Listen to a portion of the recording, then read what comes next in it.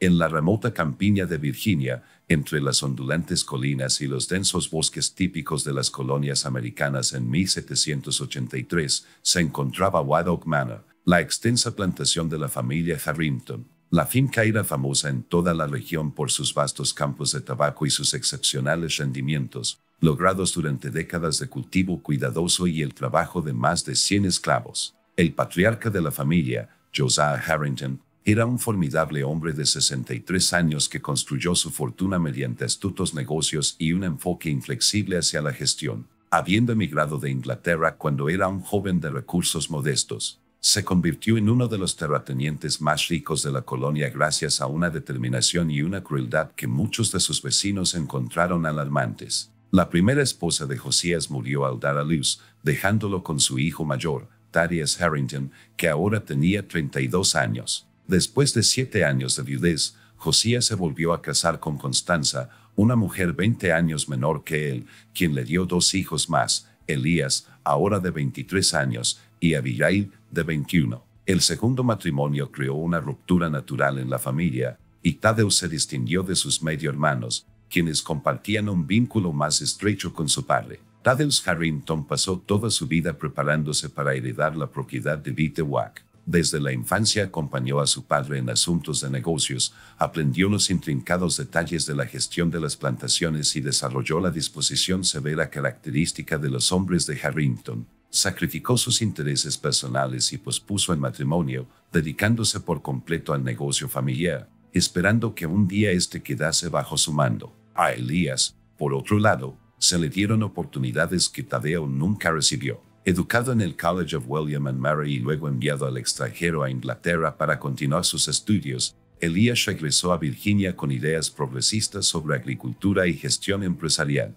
Donde Tadeo era tradicional y rígido, Elías era innovador y adaptable. El hijo menor tenía un encanto y un ingenio que su padre amaba, cualidades que Thaddeus nunca dominó ni apreció. La única hija de la familia, Abigail Harrington, tenía una mente tranquila y una naturaleza observadora. Habiendo perdido a su madre por una enfermedad cuando tenía solo 16 años, Abigail asumió las responsabilidades de administrar el hogar con notable competencia. Mantuvo una relación educada pero distante con su medio hermano mayor, a quien consideraba intimidante y severo. Su lealtad estaba firmemente ligada a Elías, su hermano y confidente más cercano. Cuando llegó la primavera de 1783 a White Oak Manor, los cambios en el comportamiento de Josías se hicieron evidentes. El anciano patriarca comenzó a incluir a Elías en discusiones de negocios privadas de las que Tadeo estaba excluido. Los documentos fueron elaborados con asesoría legal durante visitas a Williamsburg mientras Thaddeus estaba ocupado con tareas en la plantación.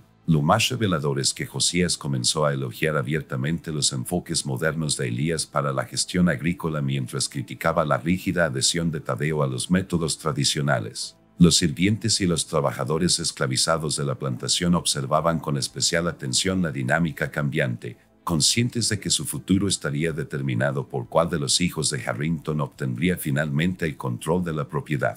Observaron cómo Tadeo se volvía cada vez más retraído y severo, pasando largas horas solo o cabalgando furiosamente a lo largo de los límites de la propiedad en su semental negro, y regresando con una expresión amenazante que hacía que los sirvientes corrieran fuera de su camino. A principios del verano, las sospechas de Thaddeus Harrington se habían cristalizado en una certeza que plagaba cada momento de su vigilia. Su padre, Josiah, comenzó a revisar los libros financieros de la plantación exclusivamente con Elías, una tarea que anteriormente había sido responsabilidad de Thaddeus durante más de una década. El mayor de los Harrington también encargó a su abogado de familia, el señor Bartholomew Wingate, que visitara la finca con una frecuencia inusual, requiriendo siempre la presencia de Elías durante estas consultas, mientras encontraba asignaciones convenientes para mantener a Thaddeus ocupado en otras partes. La confirmación de los temores de Thaddeus llegó una tarde húmeda de julio, cuando regresó inesperadamente temprano después de supervisar las reparaciones de un granero de tabaco dañado. Cuando pasó por la oficina de su padre, escuchó un fragmento de una conversación entre Josiah y Wingate que le cautivó. El testamento revisado dejará la propiedad principal y los principales intereses comerciales a Elías, afirmó Josiah con firmeza.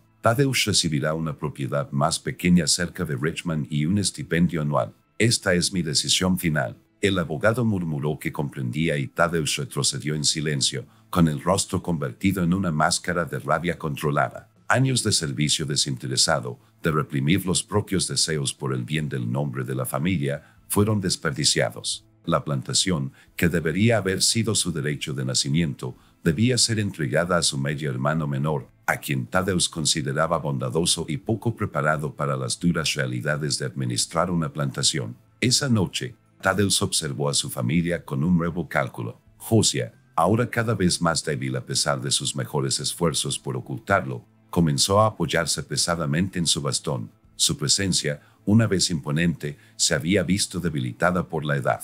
Elías, sin darse cuenta del privilegio que estaba a punto de recibir, continuó con su comportamiento típico, encantando a quienes lo rodeaban con historias de sus viajes por Europa y propuestas para modernizar las operaciones de la plantación. Y luego estaba Abigail, atenta a las necesidades de su padre, devota de su hermano Elías, pero al mismo tiempo fundamentalmente vulnerable en su posición de mujer soltera cuya seguridad futura dependía enteramente de la buena voluntad de cualquier pariente masculino que controlara la fortuna familiar. Fue durante esta cena que Tadeusz notó algo que anteriormente había pasado por alto. Cuando Abigail habló, Josías escuchó con genuino respeto. Cuando ella expresaba su opinión sobre asuntos domésticos o de negocios, él lo pensaba detenidamente. Aunque Josías podía delegar la autoridad legal de la plantación a Elías, estaba claro que Abigail tenía una forma de influencia que ninguno de los hermanos podía reclamar. Esta observación plantó una semilla en la mente de Tadeusz, una estrategia potencial que comenzó a echar raíces a medida que pasaban los días. En las semanas siguientes, Tadeusz comenzó a estudiar cuidadosamente a su media hermana. Observó sus actividades cotidianas, sus intereses, sus pocas amistades cercanas con familias vecinas y, en particular, su aparente soledad tras la muerte de su madre. A los 21 años, Abigail ya había rechazado 2 propuestas de matrimonio respetables y había decidido quedarse en White Oak Manor para cuidar de su anciano padre. Esta decisión limitó sus interacciones sociales, ya que la ubicación remota de la plantación y sus tareas domésticas dejaban pocas oportunidades para las obligaciones sociales habituales que se esperaban de una joven de su posición. Tadeusz también señaló que a pesar de la naturaleza reservada de Abigail, ella tenía una necesidad inconsciente de interacción social y estimulación intelectual que sus circunstancias actuales no podían proporcionarle. Las raras ocasiones en que los viajeros o socios comerciales traían noticias, libros o debates culturales a White Oak Manor provocaban en Abigail una chispa de entusiasmo que se apagaba rápidamente una vez que los invitados se marchaban. Además, Tadeusz notó el profundo miedo de Abigail de quedarse sin protección ni propósito si algo le sucedía a su padre y a su hermano. Como mujer soltera en la Virginia colonial, sus derechos legales estaban severamente limitados y sin el apoyo familiar su posición habría sido precaria. Esta vulnerabilidad, concluyó Tadeusz, podría ser explotada. Una vez completada la evaluación, Tadeusz comenzó a cambiar su comportamiento hacia Abigail con sutil precisión. La frialdad que había caracterizado su relación durante muchos años se suavizó gradualmente. Él empezó a pedirle su opinión sobre asuntos domésticos. Le trajo especímenes botánicos de sus recorridos por la finca que sabía que le interesarían y entabló conversación con ella sobre los libros de la biblioteca de su padre en los que ella mostraba interés pero que nunca podía leer. A medida que se acercaba el otoño en White Oak Manor, la estrategia de Thaddeus Harrington avanzaba con precisión metódica. Él transformó sus interacciones con Abigail desde una cortesía distante a algo parecido a un genuino afecto fraternal. Los sirvientes notaron este cambio con silenciosa sorpresa, viendo como Tadeusz, anteriormente distante, ahora buscaba la compañía de su media hermana, llevándole regalos considerados y entablando largas conversaciones con ella en las horas de la tarde cuando el trabajo del día estaba terminado. Tadeo construyó cuidadosamente situaciones que crearon dependencia. Cuando Abigail mencionó dificultades para llevar el control de ciertas cuentas del hogar, él se ofreció a ayudarla guiándola a través de cálculos complejos, destacando sutilmente cómo su padre y su hermano habían descuidado su educación en asuntos tan prácticos. Cuando ella mostró interés por la literatura más allá de los textos religiosos y académicos considerados apropiados para mujeres, él le regaló novelas y poesía de su colección personal, creando una intimidad intelectual que ella nunca había experimentado. El aspecto más calculado del enfoque de Tadeusz fue aislar gradualmente a Abigail de su hermano Elías. comenzó asignándole a Elías tareas que requerían largos periodos de ausencia de la casa principal, insinuando a su padre que su hijo menor necesitaba más experiencia en el manejo de propiedades alejadas. Al mismo tiempo, Tadeo sembró semillas de duda sobre el juicio de Elías al contarle a Abigail pequeños errores que su hermano había cometido en tratos de negocios, presentando estos incidentes como descuidos preocupantes en lugar de los errores habituales de un joven que está aprendiendo responsabilidades complejas. Cuando Elías regresaba de estas asignaciones, a menudo encontraba a su hermana absorta en las mismas actividades con Tadeo que habían compartido anteriormente, revisando el inventario de la casa, planificando los suministros de temporada o discutiendo la correspondencia de familiares y socios comerciales. Tadeo comenzó efectivamente a usurpar la estrecha relación entre los hermanos, posicionándose como el principal confidente y consejero de Abigail. A principios de diciembre, Tadeo había llevado sus manipulaciones al objetivo previsto. Una tarde fría,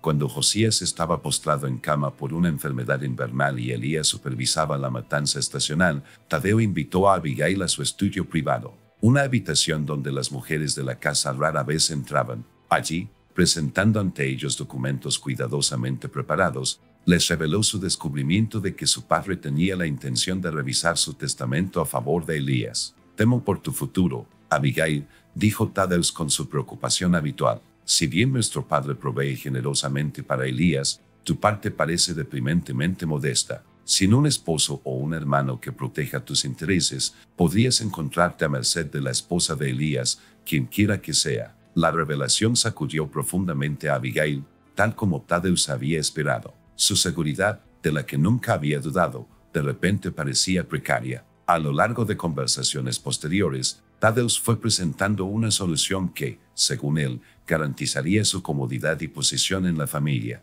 «Hay un acuerdo que asegurará nuestro futuro», sugirió en el momento justo. «Un matrimonio entre nosotros uniría las propiedades familiares y te garantizaría un lugar para siempre en Bitewak. Este tipo de uniones entre hermanastros son inusuales, pero tienen precedentes entre familias de nuestra posición en lo que respecta a la conservación de propiedades». La primera reacción de Abigail fue de conmoción y resistencia, como Tadeo esperaba. No lo presionó de inmediato, sino que dejó que la idea persistiera, sabiendo que su mente volvería a ella mientras consideraba sus limitadas opciones. Mientras tanto, continuó demostrando su evidente devoción por su bienestar, contrastando su atención con la creciente ausencia de Elías y el deterioro de la salud de su padre. A mediados de enero de 1784, la resistencia de Abigail comenzó a debilitarse. El duro invierno había empeorado la condición de Josías, lo que suscitó preocupaciones legítimas sobre cuán pronto la herencia podría convertirse en una realidad urgente. Tadeo aprovechó la oportunidad para formalizar su propuesta,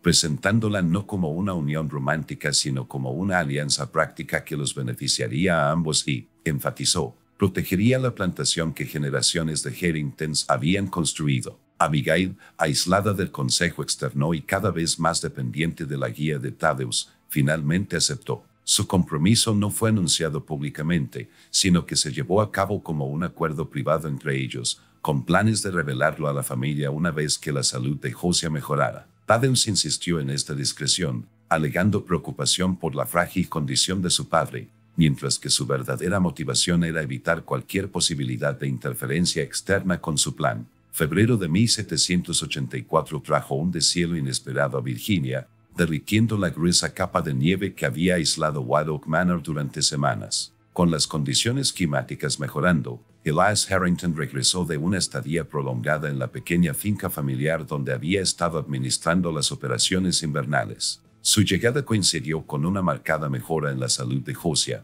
creando una atmósfera de cauteloso optimismo en toda la casa. Sin embargo, lo que Elías encontró a su regreso rápidamente convirtió este optimismo en preocupación. Su hermana Abigail, habitualmente abierta y cariñosa con él, parecía retraída y evasiva. Aún más inquietante fue su recién descubierta deferencia hacia Tadeo, cuya presencia parecía volverla inusualmente silenciosa. El personal de limpieza, aunque reservado, transmitió a través de miradas sutiles y conversaciones en voz baja que habían ocurrido cambios significativos durante la ausencia de Elías. Decidido a comprender estos cambios, Elías buscó una conversación privada con Abigail y finalmente la arrinconó en el invernadero donde ella estaba cuidando las plantas de invierno. Al principio reticente, Abigail finalmente le reveló su compromiso a Thaddeus, presentándolo como una decisión práctica que había tomado voluntariamente. Elías, atónito por este descubrimiento, reconoció inmediatamente la manipulación que se escondía tras el acuerdo. Después de pasar años observando la naturaleza calculadora de Thaddeus, se dio cuenta de que este compromiso no era una preocupación por el bienestar de Abigail,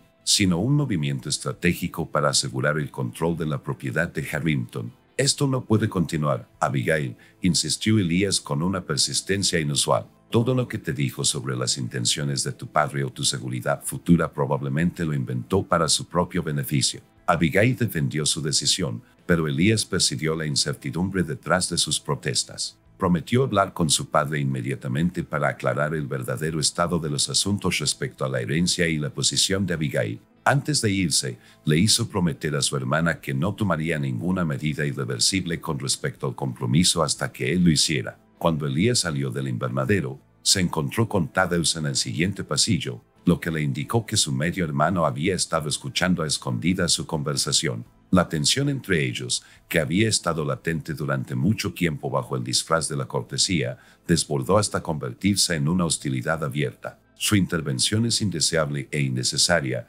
dijo Thaddeus con frialdad. Abigail tomó su decisión con pleno conocimiento de las circunstancias. Una elección basada en las mentiras que le contaste, replicó Elías. Iré a ver a mi padre, a ver qué dice sobre el arreglo que hiciste. Al darse cuenta de la muerte inminente de su plan, Thaddeus tomó una decisión instantánea que cambiaría el destino de la familia para siempre. Mientras Elías se giraba hacia la habitación de su padre, Tadeo agarró un pesado candelabro de bronce de una mesa cercana y golpeó a su medio hermano con él con una fuerza aplastante. El golpe alcanzó a Elías en la base del cráneo y se desplomó sin hacer ruido, mientras la sangre corría rápidamente por el pulido suelo de madera. La inmediatez de sus acciones parecieron sorprender incluso al propio Thaddeus por un momento. Se quedó paralizado, todavía agarrando el candelabro ensangrentado en su mano, mientras la realidad de lo que había hecho se asimilaba. Entonces, con la misma eficiencia calculada que caracterizaba todas sus acciones, comenzó a formular una respuesta a este desarrollo imprevisto. Sin embargo, antes de que pudiera implementar alguna estrategia, un jadeo horrorizado desde el pasillo reveló a Abigail parada allí, con el rostro sin color mientras observaba la escena frente a ella. Ella siguió a sus hermanos, preocupada por su enfrentamiento, solo para presenciar su desenlace fatal. ¿Qué has hecho?, susurró con una voz apenas audible, mirando el cuerpo inmóvil de Elías. Thaddeus se acercó a ella, todavía sosteniendo el candelabro ensangrentado en sus manos. Fue un accidente, dijo, aunque el golpe no fue nada calculado. Me atacó cuando defendía nuestro acuerdo. Solo me estaba defendiendo. La expresión de Abigail cambió de sorpresa a comprensión, lo que horrorizó a Thaddeus más que cualquier reacción que hubiera esperado. Ella lo vio, realmente lo vio, quizás por primera vez, dándose cuenta de la profundidad de la manipulación y la crueldad que caracterizaban cada interacción que él tenía con ella. «Quédate donde estás», ordenó de repente, con autoridad, mientras él daba otro paso hacia ella. Luego, recogiendo sus faldas, se dio la vuelta y corrió por el pasillo. Su destino era obvio, los aposentos de su padre. Thaddeus la persiguió inmediatamente. Su paso más largo le permitió atraparla justo cuando llegaba a la puerta de Josiah. La agarró del brazo bruscamente, tirándola hacia atrás, pero el grito de Abigail atravesó el aire, alertando no solo a su padre sino también a los sirvientes. En pocos momentos el pasillo se llenó de sirvientes y el propio Josiah Harrington apareció en su puerta, sostenido por su ayuda de cámara, pero moviéndose con más fuerza de la que había mostrado en semanas. Los acontecimientos que siguieron al asesinato de Elias Harrington se desarrollaron con una rapidez y una terrible inevitabilidad. Thaddeus, al darse cuenta de la desesperanza de su posición como testigos reunidos en el corredor manchado de sangre, intentó escapar de la finca Bivouac. Llegó a los establos y montó su caballo, pero la alarma ya se había extendido por toda la plantación. 6 trabajadores de la finca lo interceptaron en la puerta principal, lo bajaron a la fuerza de la silla y lo retuvieron hasta que llamaron al sheriff del condado. Josiah Harrington, a pesar de su mala salud, mostró una compostura notable inmediatamente después de esto. Ordenó que el cuerpo de Elías fuera tratado con dignidad, dispuso que un médico documentara oficialmente la causa de la muerte y escribió personalmente al juez de distrito exigiendo un juicio inmediato. Su rostro público permaneció estoico, pero los sirvientes informaron haber oído al anciano patriarca llorando solo en sus aposentos en las noches siguientes. Abigail sufrió una grave crisis nerviosa después de presenciar el asesinato de su amado hermano y la revelación de la verdadera naturaleza de Thaddeus. Permaneció en un estado casi catatónico durante varios días, acompañada por las criadas más confiables de la casa y un médico de Williamsburg que fue llamado para proporcionar sedantes y observación. Cuando finalmente salió de ese estado, demostró una nueva determinación al insistir en testificar a pesar del dolor personal que ello le causaría. El juicio de Thaddeus Harrington causó sensación en toda Virginia. El juicio tuvo lugar en el juzgado de Williamsburg a finales de marzo de 1784 y atrajo a espectadores de los condados vecinos deseosos de presenciar la caída de una prominente familia colonial. El juez Nathaniel Pendleton, conocido por su estricta adhesión al procedimiento legal, presidió el juicio. Thaddeus continuó alegando defensa propia durante todo el juicio, insistiendo en que Elías lo atacó durante una disputa por asuntos comerciales familiares. Esa defensa se derrumbó por completo cuando Abigail tomó el control. Hablando con una voz clara y firme que desmentía su agitación interior, relató toda la secuencia de eventos, las manipulaciones de Thaddeus, su campaña para aislarla de Elías, la propuesta de matrimonio claramente diseñada para asegurar su control de la propiedad y, finalmente, el asesinato premeditado que había presenciado cuando Elías amenazó con exponer el plan. Su testimonio fue corroborado por el personal de la casa que observó cambios en el comportamiento de Thaddeus hacia Abigail y escuchó fragmentos de conversaciones que corroboraron su historia. Lo más condenatorio fue el testimonio del señor Bartholomew Wingate, el abogado de la familia, quien confirmó que Josiah efectivamente había planeado dejar la mayor parte de la herencia a Elías, con términos generosos para Abigail, restringiendo a Thaddeus a una propiedad más pequeña y una asignación anual. El jurado deliberó durante menos de 2 horas antes de emitir un veredicto de culpabilidad. El juez Pendleton, citando la naturaleza premeditada del ataque y la manipulación premeditada que lo precedió, condenó a Thaddeus Harrington a muerte en la horca. La ejecución tuvo lugar el 12 de abril de 1784 en la horca pública de Williamsburg, a la que asistió una multitud considerable, pero fue boicoteada por Josiah y Abigail Harrington, quienes permanecieron en White Oak Manor en luto privado. Las secuelas de la tragedia trajeron cambios significativos para la familia Harrington. Josiah, cuya salud se había debilitado aún más por el dolor, vivió solo hasta el invierno siguiente y murió pacíficamente mientras dormía en enero de 1785. En su último testamento, revisado después del asesinato de Elías, dejó la administración de la finca Beatawak a Abigail, un acuerdo inusual para la época, pero respetado por las autoridades locales por respecto al sufrimiento de la familia y la posición de Josiah en la sociedad. Abigail Harrington nunca se casó y se dedicó a administrar el patrimonio familiar. Bajo su liderazgo, White Oak Manor cambió gradualmente sus operaciones del tabaco a actividades agrícolas más diversas, incluidas rotaciones de cultivos experimentales que eventualmente se convirtieron en prácticas estándar en la agricultura de Virginia. Más notable aún es que los registros indican que, a partir de 1790, inició un proceso gradual de liberación de los esclavos de la plantación, otorgando concesiones de tierras y educación a quienes obtuvieron su libertad, acciones que generaron considerable controversia pero reflejaron los ideales progresistas defendidos por su hermano Elías. El caso Harrington ha entrado en el registro legal como un precedente importante en lo que respecta a disputas de herencias y violencia doméstica en la América colonial. Los abogados de la época lo citaron como un ejemplo de cómo el sistema judicial evolucionó para resolver cuestiones familiares complejas que antes podrían haberse resuelto de forma privada, a menudo con menos justicia para los afectados. Las transcripciones judiciales detalladas conservadas en los archivos históricos de Virginia ofrecen una ventana a los procedimientos legales de finales del siglo XVIII y a la dinámica social de las familias coloniales ricas. Para los virginianos que siguieron el caso con tanta avidez, la tragedia de Harrington se convirtió en una advertencia sobre el poder destructivo de la codicia y el engaño. Las historias orales locales sugieren que durante décadas después, los padres advirtieron a sus hijos sobre los peligros de la envidia, usando la frase "recuerden a los Harrington de Beatoke", una abreviatura para una familia destruida por la ambición despiadada de uno de sus miembros. La plantación en sí, bajo la atenta mirada de Abigail, eventualmente llegó a ser conocida como un modelo de gestión agrícola progresista. Aunque se dice que la casa principal está embrujada por los fantasmas de Elias y Thaddeus Harrington, uno representa el camino no tomado, el otro una advertencia sobre las consecuencias de la ambición desenfrenada y el compromiso moral.